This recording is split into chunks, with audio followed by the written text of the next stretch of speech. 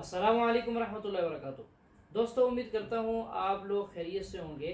آج کی ہماری ویڈیو بہت دلچسپ ہے. اس میں آپ دیکھیں گے ایک ہندو لڑکا اپنے پنڈت کے سامنے کچھ سوالات رکھتا ہے جس پر اس کو لاجواب کر دیتا ہے اور پنڈت غصے میں آ کر اس کو تھپڑ مارنا شروع کر دیتا ہے. تو ناظرین آئیے آج کی اس ویڈیو کو دیکھیے اور اس کے بعد پھر اس بارے میں جو اس کے سوالات ہیں لڑکے کے آپ جوابات سنیں گے ڈاکٹر ذاکر نائک صاحب سے. آپ سے گزارش ہے ویڈیو میں ہمارے ساتھ آخر تک رہیے گا. سر سبھی دھرموں میں بولا گیا ہے کہ بھگوان ایک ہے, گاڈ از ون. تو اور یہ بھی بولا گیا ہے کہ جو ان کی دھارمک کتابیں ہیں وہ بھگوان نے خود بولی ہیں, جیسے قرآن لے لیجیے, گیتا لے لیجیے. لیکن سبھی دھرموں میں ایک بات, جو کتابیں ہیں سب میں الگ الگ باتیں لکھی ہیں. اگر بھگوان ایک ہے تو باتیں الگ الگ کیوں؟ یا تو بھگوان غلط ہے یا تو دھرم. بھگوان ہی غلط ہوگا. بھگوان غلط ہو نہیں سکتا تو دھرم غلط ہے. کرم کی پردھانتا ہونی چاہیے, دھرم کو چھوڑو. سر یہ میرا ایم بھی ہے کہ پورے ورڈ سے ریلیجن کو ہٹانا اور کرم بڑا ہونا چاہیے.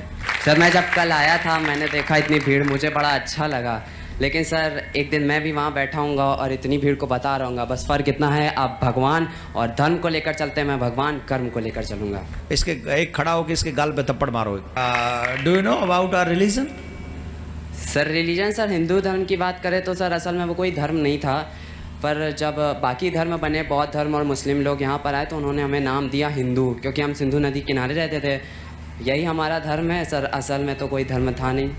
Who is made in this earth? پر سر دھرموں سے برائیاں جنم لیتی ہیں. نہیں, کوئی برائی نہیں جنم لیتی. سر ایز فار ایگزامپل اگر ہم پچھلے بہت ستیگ میں جائیں تو جب شادی ہوتی تھی تو جو لڑکی والے ہوتے تھے وہ دہیج میں کچھ لیتے تھے, پر پنڈتوں نے سسٹم بدل کے آج ان لوگ کو دہیج دینا پڑ رہا ہے. سچائی یہ ہے کہ دھرم کو ابھی ہم, دھرم شروع ہوتا ہے ڈی سے, ابھی آپ ڈی بھی نہیں جانتے ہو. یہ لفظ ہندو یہ ایک جغرافیکل ڈیفینیشن ہے. جغرافیکل ڈیفینیشن ہے, علاقے کے اعتبار سے تعریف ہے. اور ہندو اسے کہتے ہیں وہ لوگوں کو جو انڈس ندی کے پاس رہتے ہیں یا سندھو ندی کے پاس رہتے ہیں. ہسٹورینز کہتے ہیں کہ یہ لفظ ہندو سب سے پہلی بار استعمال کیا تھا عربوں نے جب وہ ہندوستان آئے. کچھ ہسٹورینز یہ بھی کہتے ہیں کہ یہ لفظ پرشینز نے استعمال کیا تھا جب وہ ہندوستان میں آئے ہمالیہ کے اور سے. جب ہم encyclopedia of religion and ethics پڑھتے ہیں, اس انسائکلوپیڈیا میں لکھا ہوا ہے جلد نمبر 6 حوالہ نمبر 699 میں کہ یہ لفظ ہندو کوئی بھی بھارتی کتاب میں موجود نہیں تھا جب تک مسلمان ہندوستان میں نہیں آئے. اور پنڈت جواہر لال نہرو کہتے ہیں اپنی کتاب میں دا ڈسکوری آف انڈیا صفحہ نمبر 74 اور 75 میں کہ جب ہم تحقیق کرتے ہیں یہ لفظ ہندو سب سے پہلی بار ایک تانترک میں آتا ہے 8ویں صدی میں, اور سب سے پہلی بار جب استعمال کیا گیا اس کے معنی تھے لوگوں کے لیے, دھرم کے لیے کبھی بھی استعمال نہیں کیا گیا. دھرم کے لیے استعمال حال ہی میں کیا جا رہا ہے. اسی لیے ہمیں پتہ لگتا ہے کہ یہ لفظ ہندو ایک جغرافیکل ڈیفینیشن ہے. علاقائی اعتبار سے کہا جاتا ہے ان لوگوں کو جو لوگ سندھو ندی یا اندو ندی کے پاس رہتے ہیں. اس کا استعمال دھرم کے لیے حال ہی میں ہوا ہے. اب ہم سمجھیں گے ہندوازم یا ہندو دھرم کی معنی کیا ہے.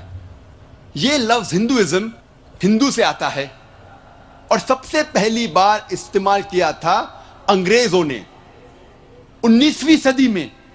اور ہندوازم یہ لفظ استعمال کیا تھا اس بھارت دیش میں جو لوگ رہتے ہیں ان کے دھرموں کو بتانے کے لیے ایک لفظ استعمال کیا گیا تھا ہندوازم. اور جب ہم پڑھتے ہیں نیو انسائکلوپیڈیا برٹانیکا, اس میں لکھا ہوا ہے جلد نمبر 20 میں حوالہ نمبر 581 میں کہ یہ لفظ ہندوازم سب سے پہلی بار استعمال کیا تھا برٹش رائٹرز نے. برٹش رائٹرز, انگریز لیکھکوں نے استعمال کیا تھا ان لوگوں کے لیے جن کا دھرم ہندوستان میں اس بھارت میں جو لوگ رہتے ہیں ان کے دھرموں کو, ان کے بلیفز کو, ان کے فیتھس کو, ان کے ریلیجنز کو ڈسکرائب کرنے کے لیے ایک لفظ استعمال کیا گیا تھا, ہندوازم.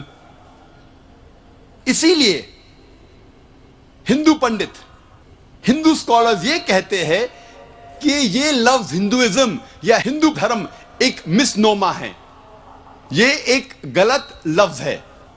صحیح لفظ ہونا چاہیے سناتن دھرم یا ویدک دھرم, کیونکہ وہ کہتے ہیں کہ ہم ویدا میں مانتے ہیں, اور سوامی وویکانندا کہتے ہیں کہ یہ لفظ ہندو غلط استعمال ہے, ہونا چاہیے ویدنتسٹ, کیونکہ سوامی وویکانندا کہتے ہیں کہ ہمیں ماننا چاہیے وید کو, اس لیے صحیح لفظ ہے ویدنتسٹ اور ویدک دھرم یا سناتن دھرم. اب ہم تذکرہ کریں گے اسلام کا. یہ لفظ اسلام آتا ہے سلم سے, جس کے معنی ہے امن یا سلامتی. یہ لفظ اسلام سلم سے بھی آتا ہے, جس کے معنی ہے اپنی رضا اللہ کے حوالے کرنا. مختصراً اسلام کے معنی ہے سلامتی یا امن حاصل کرنا اپنی رضا اللہ کے حوالے کرنے کے بعد. اور یہ لفظ اسلام قرآن اور صحیح حدیث میں کئی بار آتا ہے. اس کا ذکر قرآن میں سورہ ال عمران سورہ نمبر 3 آیت نمبر 19 میں, اور سورہ ال عمران سورہ نمبر 3 آیت نمبر 85 میں. اور جو شخص اپنی رضا اللہ کے حوالے کرتا ہے اسے کہتے ہیں مسلم. اور یہ لفظ مسلم کا ذکر بھی کئی بار قرآن مجید اور حدیث میں آتا ہے. اس کا ذکر, مسلم لفظ کا ذکر سورہ ال عمران سورہ نمبر 3 آیت نمبر 64 میں بھی آتا ہے, اور سورہ فصلت سورہ نمبر 41 آیت نمبر 33 میں بھی آتا ہے. اور لفظ اسلام کا ذکر آتا ہے سورہ ال عمران سورہ نمبر 3 آیت نمبر 19 میں, اور سورہ ال عمران سورہ نمبر 3 آیت نمبر 85 میں. اب ہم تذکرہ کریں گے ہندو دھرم اور مذہب اسلام میں یکسانیت. ہم پہلے ذکر کریں گے ہندو دھرم اور مذہب اسلام کے ایمان کے ارکان کی یکسانیت کے بارے میں.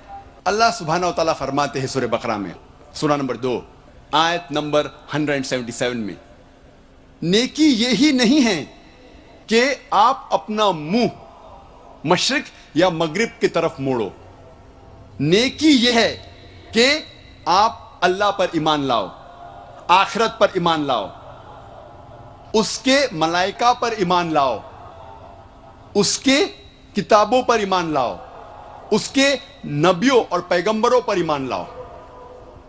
ذکر آتا ہے صحیح مسلم میں جلد نمبر 1 کتاب الایمان میں پارٹ نمبر 2 حدیث نمبر 6 میں, ایک شخص محمد صلی اللہ علیہ وسلم کے پاس آتے ہیں اور ان سے پوچھتے ہیں ایمان کیا ہے. اللہ کے رسول فرماتے ہیں ایمان وہ ہے کہ آپ اللہ سبحانہ و تعالیٰ پر ایمان لاؤ,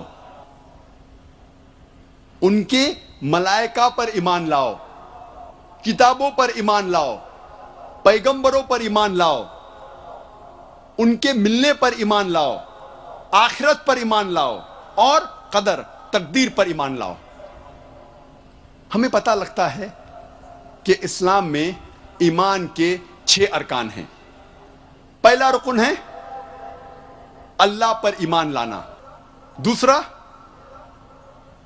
اس کے ملائکہ پر ایمان لانا, تیسرا اس کے کتابوں پر ایمان لانا, چوتھا اس کے پیغمبروں پر ایمان لانا, پانچواں آخرت پر ایمان لانا, اور چھٹا قدر تقدیر پر ایمان لانا. اب ہم تذکرہ کریں گے ہندو دھرم اور اسلام میں ایمان کے رکن میں یکسانیت. سب سے پہلا ہے خدا پر یقین لانا. ہم تذکرہ کریں گے ہندو دھرم میں خدا کا تصور کیا ہے. جب ہم کوئی عام ہندو سے پوچھتے ہیں آپ